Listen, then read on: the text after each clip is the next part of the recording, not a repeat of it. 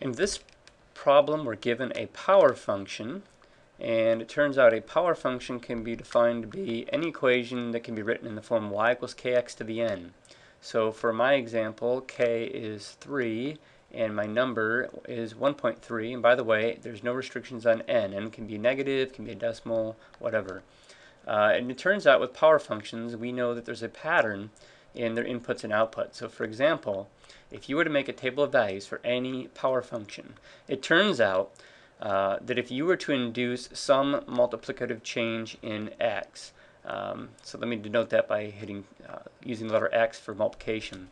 And remember, you can make up anything you want for inputs, but if you were to choose to induce some multiplicative change in x, because it's a power function, there would be some corresponding multiplicative change in y.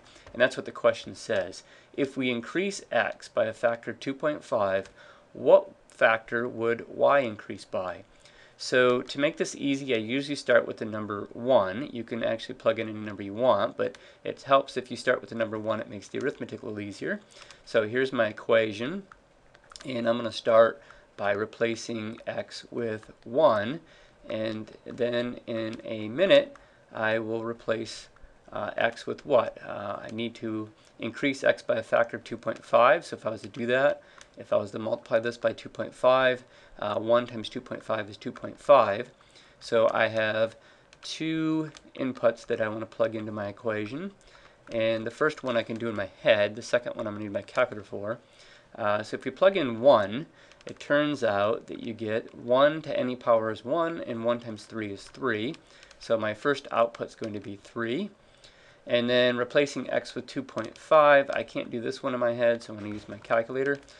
Come over here and type in 3 in the parentheses 2.5. And this is actually the second time I did this video, because in the last video I raised it to the 1.5, and the equation says to raise it to the 1.3. So that was a waste of 15 minutes. So there we go. And this time I'm going to get 9.873 roughly. So for the purposes of writing in my chart, I'm going to round to 3 decimal places, but I never, when I do a calculation, round in the middle. You're allowed to round one time at the very end. In this case, we want to round it to 3 decimals. But you never round in the middle of a calculation. So I'm going to consider this number the calculator's unrounded version, even though it clearly is out here. So the idea now is that since we introduced a multiplicative pattern in x, you can make up whatever pattern you want. In this case, we're multiplying by 2.5.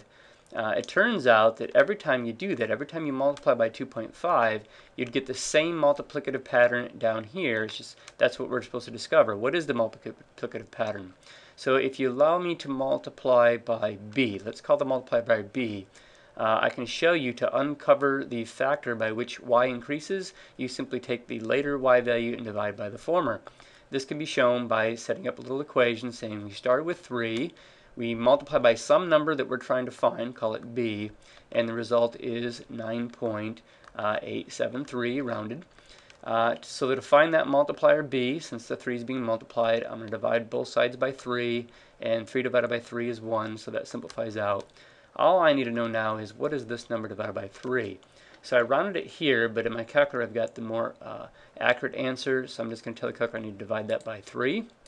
Hit enter, and I get the correct answer of 3.2909555, and since I want 3 decimal places, I usually just give 4. Since this video will be embedded in a Math AS question, I'm going to round it to, well, I guess if I rounded it to 4, it would really be like rounding to 1, because that 9 is going to, since this is a 5, that gets rounded up, which rounds that to a 1. So I'm going to leave it 3.291, and that should be good enough to satisfy the Math AS question.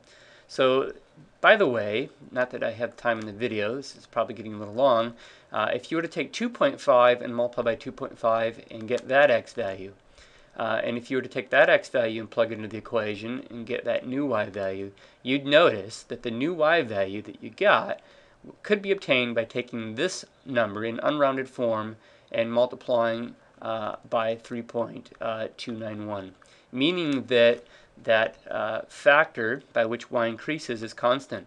every time you increase your input by a factor of 2.5, y will always have the same multiplicative increase of 3.291.